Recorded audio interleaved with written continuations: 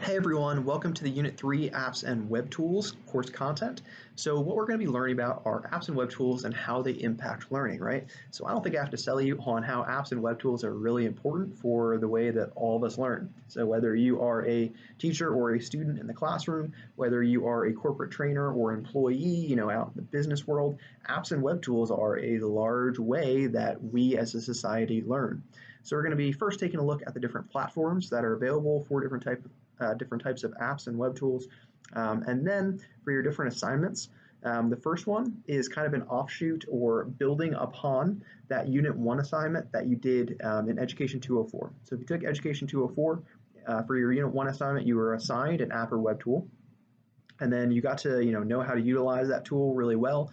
You taught an audience how to utilize that app or web tool, and you presented on the classroom integration strategies, ways that you could incorporate that app or web tool into your practice. So for this class in Education 304, for this educational app and web tool toolbox project, what you're going to be doing is choosing a category. You're going to choose a general category, and for people that aren't looking to get into education, there are categories outside of education as well. So you could choose web tools that are available on any device that has an internet connection, an internet browser. You could use Apple apps. You could use Android-specific apps. You could include Google Chrome apps and extensions. So you could mix all of those together if you wanted. Do one app, one web tool, and one extension, or something like that. Mix it together. It's really up to you. You might be surprised by how many of these apps and web tools are actually offered across all different platforms. So maybe there's an Apple version of it, maybe there's an Android version of it, and then maybe it's also available as a web tool. So it's really interesting to take a look at kind of how these companies have catered to the app specific markets as well as the more general web tool market as well. So what you're going to do is you're going to sign up for a category at the link down below that you're going to focus your toolbox on. And this is just first come, first serve. Signups open up the first day that students can get into the classroom. So first come, first serve. And then what you're going to do is research different apps and web tools for that category. You're going to choose 5. So it could be 5 all apps. It could be 5 apps and web tools. It could be 5 all web tools. You could have extensions in there as well, and you're going to choose 5 that relate to your category. And then, in addition, you're going to choose one wildcard. So this is just any type of app, web tool, extension that you think is cool. It doesn't have to be associated with your category. It can be if you want, but it can be just any app or web tool that you think is cool, for instruction in some way. So in total, you're going to have 6, apps, web tools, extensions. That's going to be included in your final toolbox. So there are a whole bunch of different categories that are on there. Like I said, it's not all just education specific. So, if you're not into education, you can take a look at the other different categories that are on there. And then all you're going to be doing is filling in the sheet that I have for you. So it's an Excel sheet. You go to the very bottom where all the different tabs are for the different categories. You find your category and then you fill in that information in there. So what you need is a tool icon image. So you can just copy and paste, from a Google search, whatever the, web tool or apps icon image is. You're gonna put that in that first box. You're gonna tell me what platforms this app or web tool is available on. So, maybe it's Evernote. So you'd pop like Evernote into Google, and you would see if it's available on the Apple App Store, if it's available on Android's Google Play, and if it's available as a web tool, and if it's available as a Google Chrome extension. You're going to tell me what the platforms are that this thing is available on. To start a new line within a cell, as I have in the example, you hit Alt-Enter on a PC, and then on a Mac, it's Option and Enter at the same time. That'll indent within a cell so that you can tell me all the different platforms that tool is available on. And then tool info, this is where you're going to list the tool name, the author, publisher, creator, and then also a URL in order to get to that tool or information on that tool. If it's just an app, it might just be to the web page in the App Store for that app. You're going to find a tutorial on YouTube, a tutorial video that you think is good that demonstrates how to utilize that app or web tool. And you could also, from your next project, I'll get to it in a second, but you're going to be making a tutorial based on one of your different tech tools that you chose for this project. You can, if you wanted to, include the video that you made for that project as your tutorial video. You don't have to, but just find a good tutorial video on YouTube that would help your classmates understand how to use that, would help them implement that into instruction. And then also for application, tell me how this tool could be used in teaching and learning. Be as detailed as you can. If you have instructional ideas, up in your noodle, put those on paper. Get as much detail in there as you can. Remember, this is 5 different apps or web tools that are aligned to your category, and then 1 wildcard that can be, to any category that you want, as long as it is, instructional in some way. So the whole idea behind this is at the end, you're going to have this, Excel document that you can download, and it'll have for all these different categories, apps and web tools that have been vetted by your classmates. It's got tutorial videos in there that have been vetted by your classmates. And then also instructional ideas and application ideas that have been created by the other people in this class.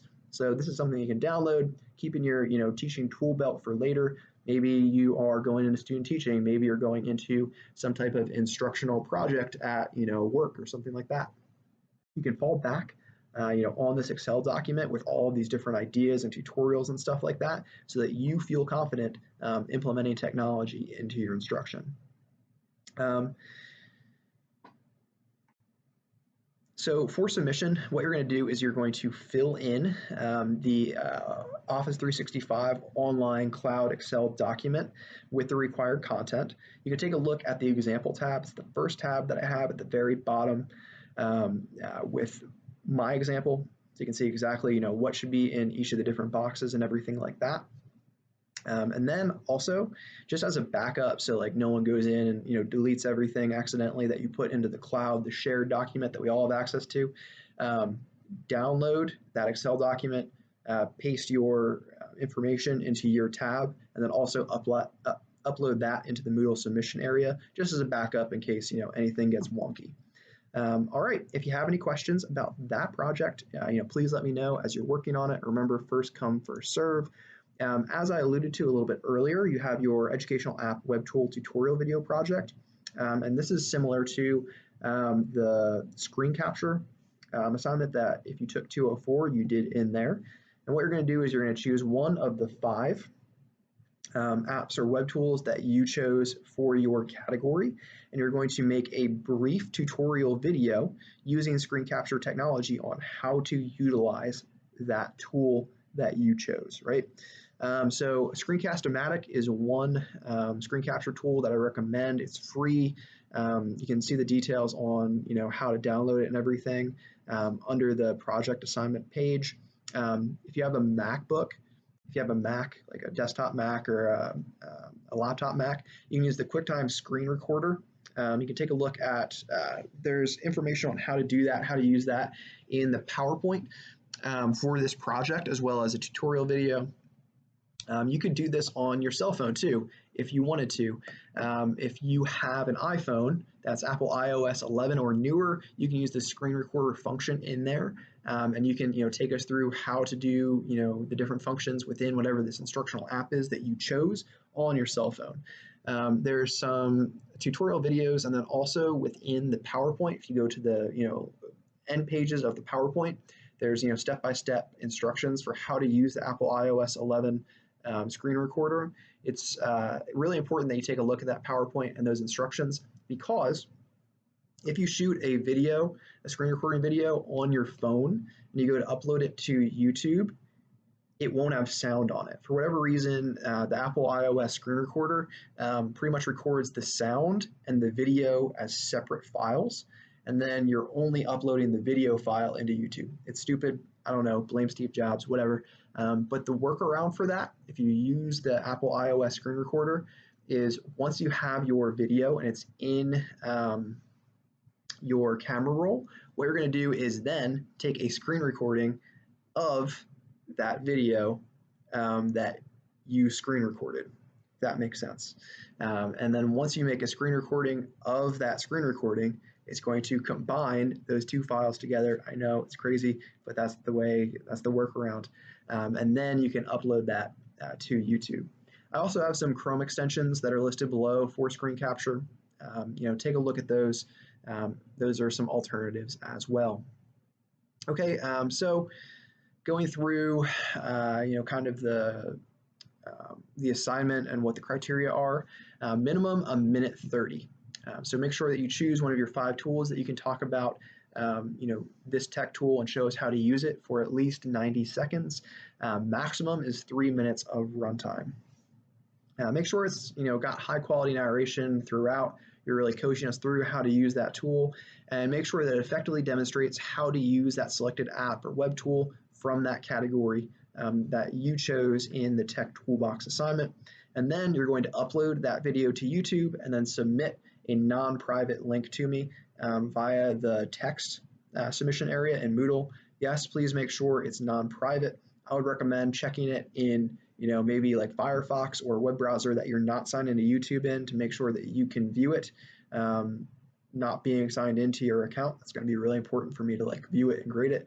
And there is a video that's included on the assignment page for how to upload to YouTube if you're not quite sure how to do it. I also have project examples that are listed on the project page if you're unsure of really what this should look like. And then finally, you have your apps and web tools discussion. And for this, you're going to choose one of the articles that I've written, because this is one of my areas of expertise that's located on this unit's course content page. They're all about apps and web tools and integrating those into instruction. And all I really want is for you to just write a brief summary about what the article is all about, and then conclude with one thing that you learned and how it might be valuable for you in understanding instructional technologies, integrating those into the classroom or instructional settings, and their impact on human and social behavior. So how might this thing that you learned from this article that you read, help you as an instructor in the future? Okay, as you work through these different assignments and through this course content, please give me a holler if you have any questions. See ya.